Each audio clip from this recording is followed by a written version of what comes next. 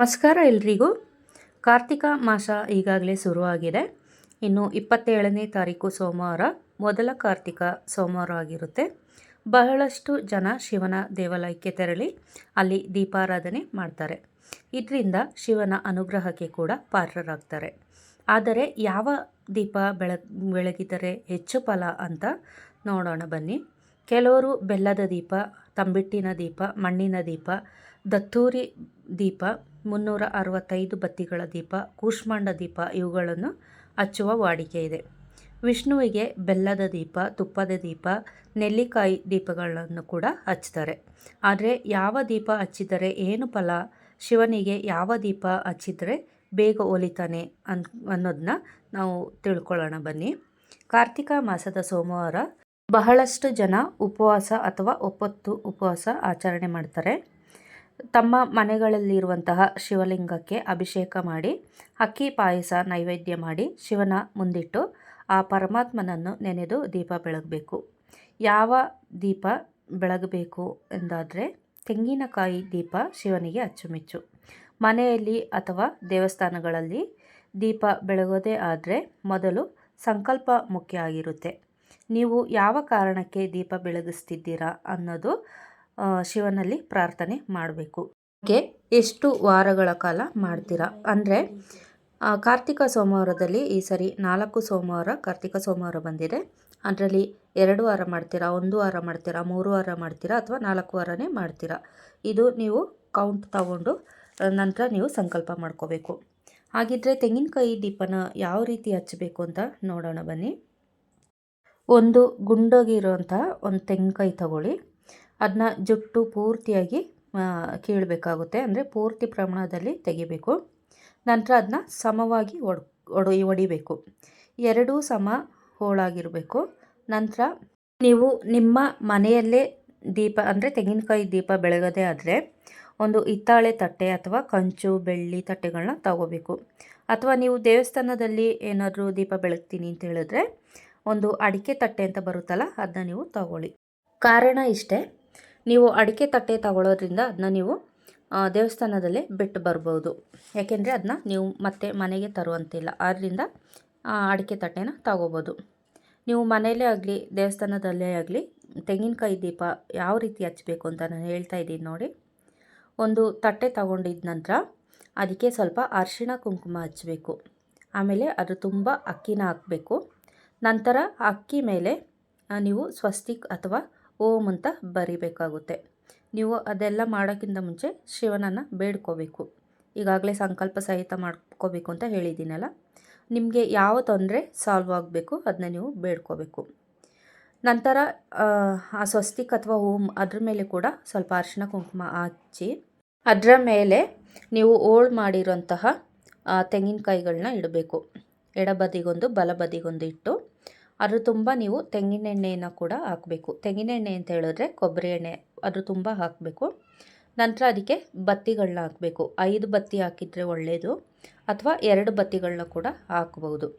ಇಲ್ಲಿ ಒಂದು ವಿಚಾರ ಗಮನದಲ್ಲಿ ಇಟ್ಕೊಳ್ಳಿ, ನೀವು ಯಾವುದೇ ಕಾರಣಕ್ಕೂ ತುಪ್ಪನ ಕೊಬ್ಬರಿಯಲ್ಲಿ ಹಾಕಂಗಿಲ್ಲ. ಅಂದರೆ ನೀವೇನು ಹೋಳು ಮಾಡಿರ್ತೀರ ತೆಂಗಿನಕಾಯಿ ಅದರಲ್ಲಿ ತುಪ್ಪ ಹಾಕಿ ದೀಪ ಹಚ್ಚಬೇಡಿ. ಅದ್ರ ಬದಲಾಗಿ ನೀವು ಕೊಬ್ಬರಿ ಎಣ್ಣೆನ ಹಾಕಬೇಕಾಗುತ್ತೆ. ನಂತರ ಅದಕ್ಕೆ ಹೂವು ಬಿಲ್ಪತ್ರೆಗಳಿಂದ ಅಲಂಕರಿಸಿ ಎಲೆ, ಅಡಿಕೆ, ಬಾಳೆಹಣ್ಣು ಇಡಿ. ಸ್ವಲ್ಪ ದೊಡ್ಡ ತಟ್ಟೆ ತಗೊಳ್ಳಿ. ಚಿಕ್ಕದಾಗಿ ತಗೊಂಡ್ರೆ ಅದು ನಿಮಗೆ ಕಷ್ಟ ಆಗುತ್ತೆ ಎಲ್ಲ ಜೋಡಿಸ್ಕೊಳ್ಳಿಕ್ಕೆ. ಅದರಿಂದ ಒಂಚೂರು ದೊಡ್ಡ ತಟ್ಟೆಗಳನ್ನ ತಗೊಳ್ಳಿ. ನೆಕ್ಸ್ಟು ತುಂಬೆ ಹೂವು ಬಂದರೆ ತುಂಬೆ ಹೂವು ತಗೋಬೋದು, ಅಥವಾ ವೈಟ್ ಸೇವಂತಿಗೆ ಹೂವು, ಮಲ್ಲಿಗೆ ಹೂವು ಯಾವುದಾದ್ರೂ ತಗೊಳ್ಳಿ. ಇದನ್ನೆಲ್ಲ ನೀಟಾಗಿ ತಟ್ಟೆಯಲ್ಲಿ ಜೋಡಿಸ್ಕೊಂಡಿದ್ದ ನಂತರ ನೀವು ಅದಕ್ಕೆ ಪೂಜೆ ಮಾಡಬೇಕು. ದೀಪಂಜ್ಯೋತಿ ಪರಬ್ರಹ್ಮ ಇದು ಒಂದು ಶ್ಲೋಕ ಇರುತ್ತಲ್ಲ, ಆ ಶ್ಲೋಕ ಹೇಳ್ಕೊಂಡು ಪೂಜೆ ಮಾಡಬೇಕು. ನಂತರ ಗಣೇಶನಿಗೆ ಕೂಡ ನೀವು ಪೂಜೆ ಮಾಡಬೇಕು. ಅದಾದ ನಂತರ ನಿಮ್ಮ ಮನೆ ದೇವ್ರನ್ನ ನೀವು ಮನಸ್ಸಲ್ಲಿ ನೆನೆಸ್ಕೋಬೇಕು. ಆನಂತರ ಶಿವನಿಗೆ ಕೂಡ ಪ್ರಾರ್ಥನೆ ಮಾಡ್ಕೊಳ್ಳಿ.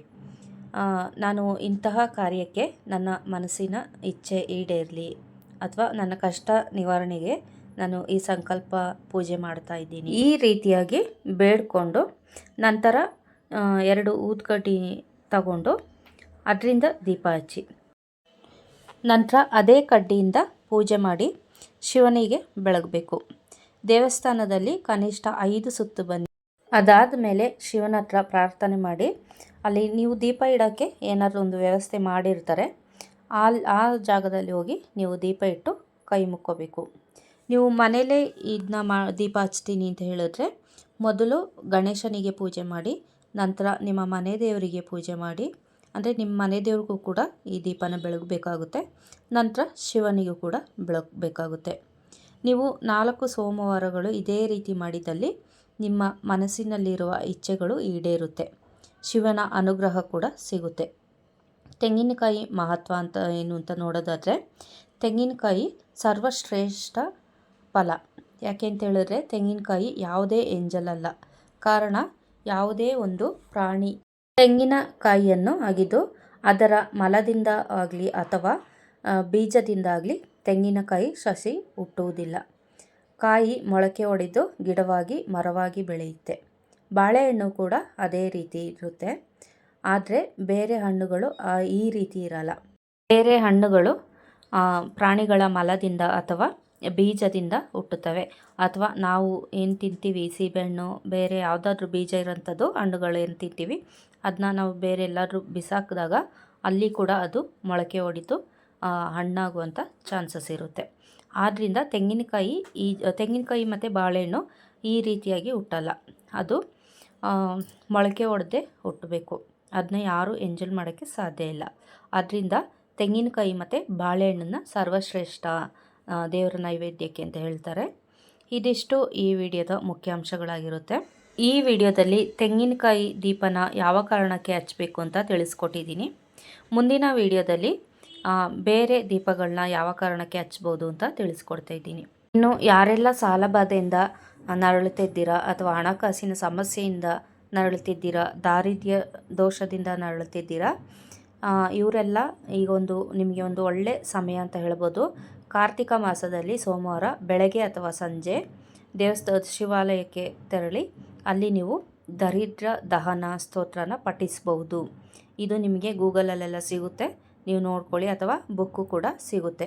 ಈ ಸ್ತೋತ್ರ ಪಠನೆ ಮಾಡೋದ್ರಿಂದ ಯಾರೆಲ್ಲ ದಾರಿದ್ರ್ಯ ದೋಷದಿಂದ ಬಳಲ್ತಿದ್ದೀರಾ, ಹಣಕಾಸಿನ ಸಮಸ್ಯೆಯಿಂದ ತೊಂದರೆಗೆ ಪಡ್ತಾ ಇದ್ದೀರಾ, ನಿಮ್ಮ ತೊಂದರೆಗಳೆಲ್ಲ ಕ್ರಮೇಣ ನಿವಾರಣೆಯಾಗುತ್ತಾ ಬರುತ್ತೆ.